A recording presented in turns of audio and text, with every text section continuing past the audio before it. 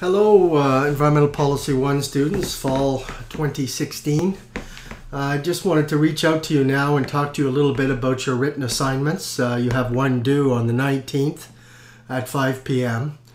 Now, what I want you to do with these briefing notes is to do exactly that, practice your briefing.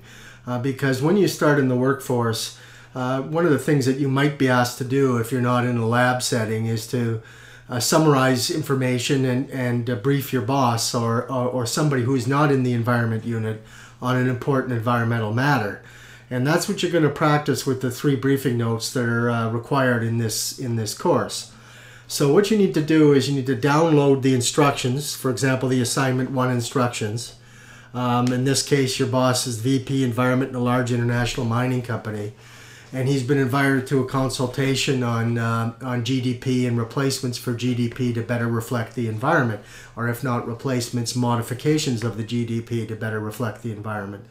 So what I want you to do is fully live the scenario, pretend that you're actually briefing your boss and he or she is going to this Department of Finance briefing to firm up the Canadian position that will go to the OECD on whether we believe in Canada that alternative measures or adjusted measures for GDP or for well-being are required. Now, in your readings, you have a number of different options that have been presented to you, like gross national happiness and so on and so forth, different measures that are out there that are presented either as synthesis with the GDP to merge the two, or additive to the GDP, or complete replacements to the standard GDP, or completely new index that lies alongside the GDP. What I want you to do is brief your boss on what these issues are.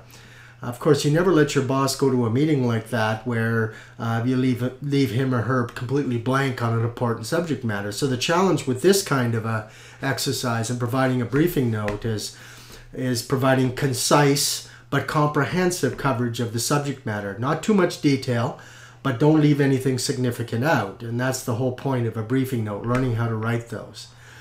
Now, when you're writing a briefing note, always start off with an issue statement, a very clear issue statement, what the note is about, why it was requested.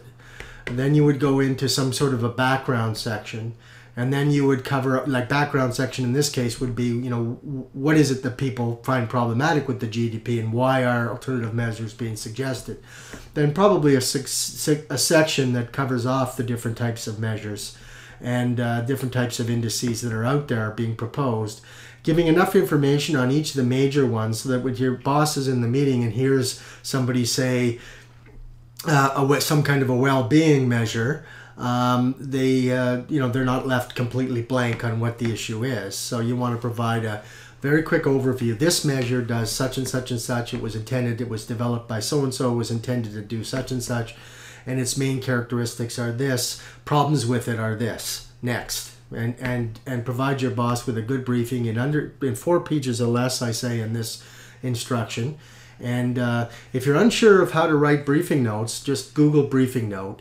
You also have a little paper at the start that gives you tips on briefing notes in your week 1 readings. So, but do Google briefing notes. Begin to practice. Your first one will be tougher. Your second one will be a little easier. Your third one will be that much easier. Believe me, this is the kind of thing you'll be asked to do when you hit the workforce if you're working in an environment unit, and that environment unit is responsible for general policy and general direction and procedures related to the environment in the company, as opposed to necessarily being in a laboratory. But even if you started off in a lab, or you start off with monitoring or some other career path, eventually if you want to move up in the organization, you'll be writing these kinds of briefing notes. So begin practicing them now. They might be painful if you've never done them before, but trust me, in 5 years you'll be thanking me if you learn how to write these well, okay? So download the instructions, read it, pretend you're actually living the scenario, okay? Live the scenario. You're actually briefing a real boss, and act like it. And brief that boss in under 4 pages, because he or she's going to a consultation. If they're not experts in the environment, they need to be told, well, what is it that people are worried about with the GDP? What are some of the alternatives that emerged? What are the characteristics of those alternatives? Now, in a briefing note format, you're not making an argument. You're portraying factual information in a concise manner. Okay? You're not reaching conclusions. You're not reaching policy conclusions. All you're doing is giving departing information in a clear, concise manner to a person who's not an environment expert. Practice that. It's always harder to write that way because it's incumbent upon the expert to be able to synthesize the most important aspects of the information. And that's the challenge with these types of briefing notes. You don't need to use detailed references, okay? Your boss is not going to be particularly concerned. If there's a seminal piece, a seminal article, or a seminal book, or the main reference for one of the indices, one of the alternative measures, then you simply state that in the text.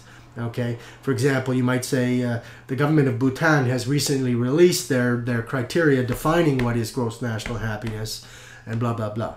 Just because I've used that particular index as an example doesn't mean everybody should run out and use only that index as an example of the alternatives to GDP. There are others, and I want you to demonstrate that you've done the reading and you know what those others are. Okay? On that score, good luck, and we'll talk to you again soon. Bye-bye now.